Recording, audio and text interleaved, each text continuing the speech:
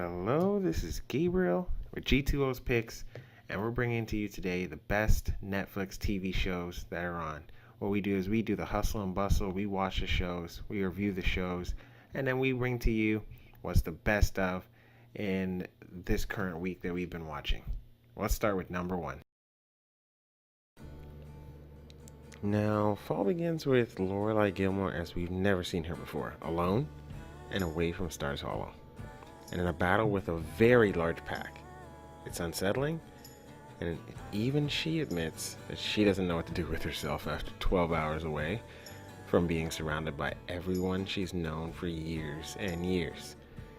It's an interesting choice and a helpful transformation. How Lorelai opens up to other wild-seeking women, talking about how stuck she feels, is a revelation and a reminder of just how great an actress Lauren Graham is. Her interactions with her Parenthood co-stars as the park rangers are fun. We can all just imagine that Jason Ritter is Gravity Falls Dipper grown up as a park ranger, right? That's what I'm doing. But it's a revelation behind the coffee shop naturally that I'm marking as the high watermark for this revival, if not the entire Gilmore Girls canon. Hard to even write about because as it was happening, I was kind of tearing up that I couldn't talk, but here goes. Lorelai couldn't come up with anything appropriate to say the night of the funeral because she hadn't processed her father's death yet. He was such an overwhelming presence in the life of all these women that he had, Lorelai, Emily, Rory, that his loss is still affecting them more than they even realize. It's the reason why they all feel like the rug has been pulled out from underneath them. After getting that perfect nature moment she was searching for, Lorelai is finally able to call her mother with a story that she needs to say to her mother and that her mother needs to hear. The reveal that this boy called her loud and weird is actually the first outside critique we've heard of the Lorelai personality we love so much. And it's interesting to think about how much that may have shaped her experience of feeling like an outsider.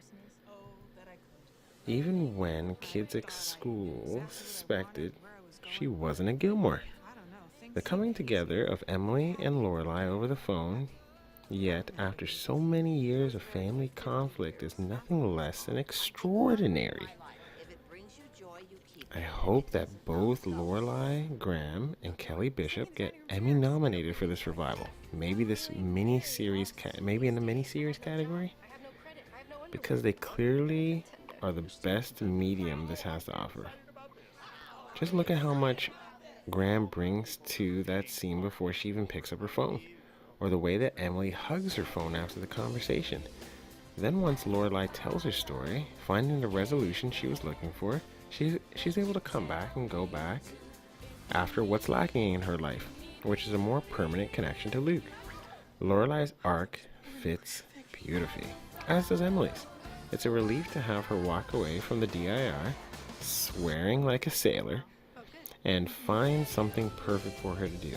Emily's already had her resolution with Lorelai, and now she has created her own post-Richard chapter in a way she never could have predicted.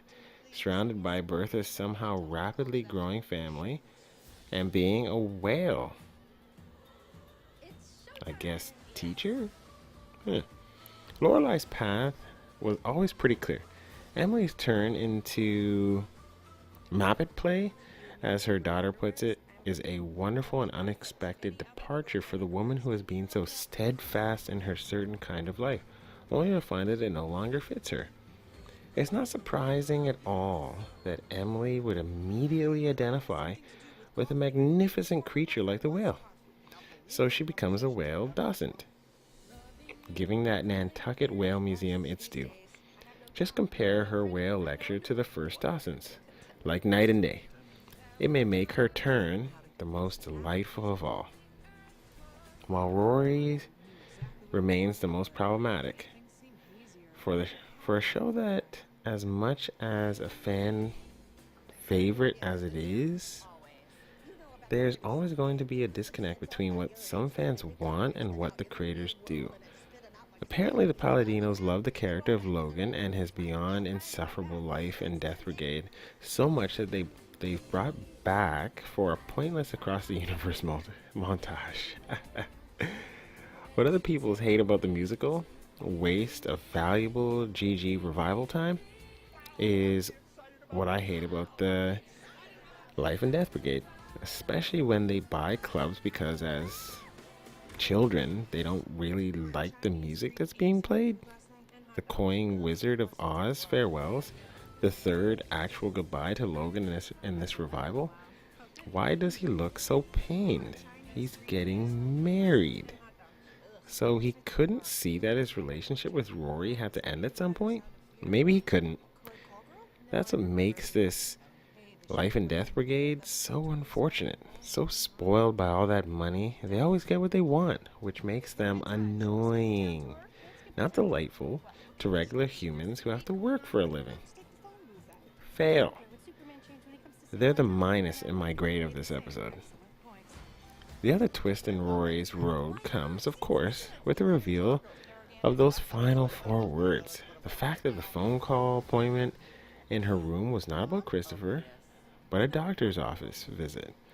And her visit to her father was not about Lorelai's wedding or telling him about the book, but to see how he felt about not being in her life, so that she can leave Logan out as well. In winter, Lorelai cuttingly tells Emily, full frickin' circle, after they get into a fight after the funeral. But it's surprising how many parallels there are, how many of this family's timelines get recycled. Like Emily demanding 3 weeks with Luca and Lorelai in exchange for the money for the new inn that will enable Lorelai to keep Michelle. It's not only sweet, it's a callback to the arrangement of Friday night dinners that started the series. Rory getting pregnant and having Christopher clone Logan as a father mirrors her mother's trajectory almost perfectly, give or take about 16 years. Lorelai and Emily toast to the circle of life, which is exactly what those 4 words point to. Also the dance at the pre-wedding wedding, to the same song that Luke and Lorelai danced to at Liz and TJ's wedding. Lorelai dances between Luke and Rory, but as Christopher points out, Rory's grown now, and Lorelai can move on. Until those 4 words come. My only issue with the ending is Lorelai's expression. She kind of looks horrified, instead of just outright surprised. Maybe because she's more than anyone knows how hard single motherhood is.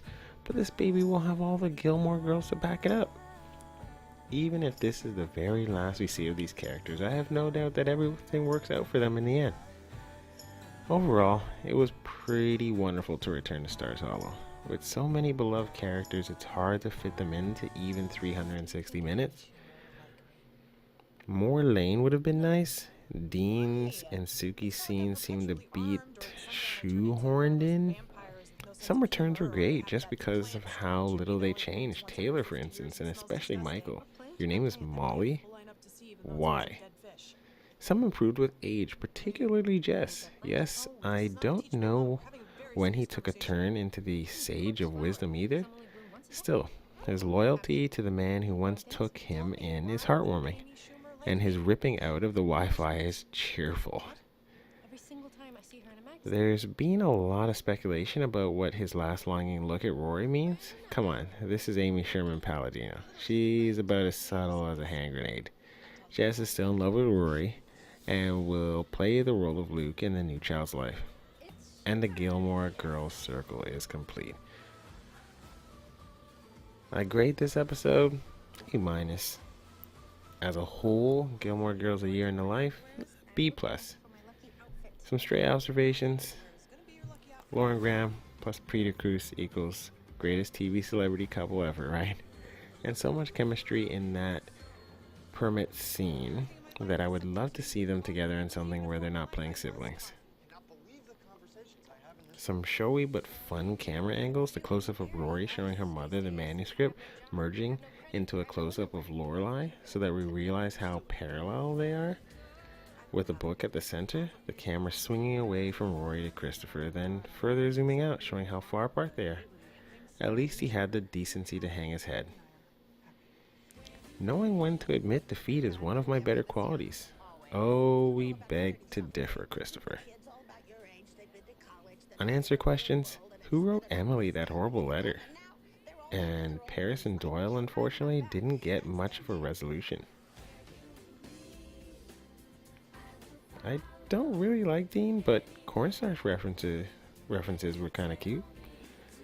So of all the great stars and cameos, which was your favorite?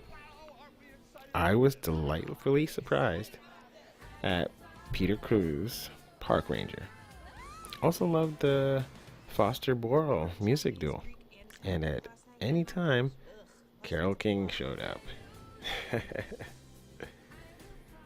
Definitely watch this one. And, leave some comments. I want to hear what you guys think.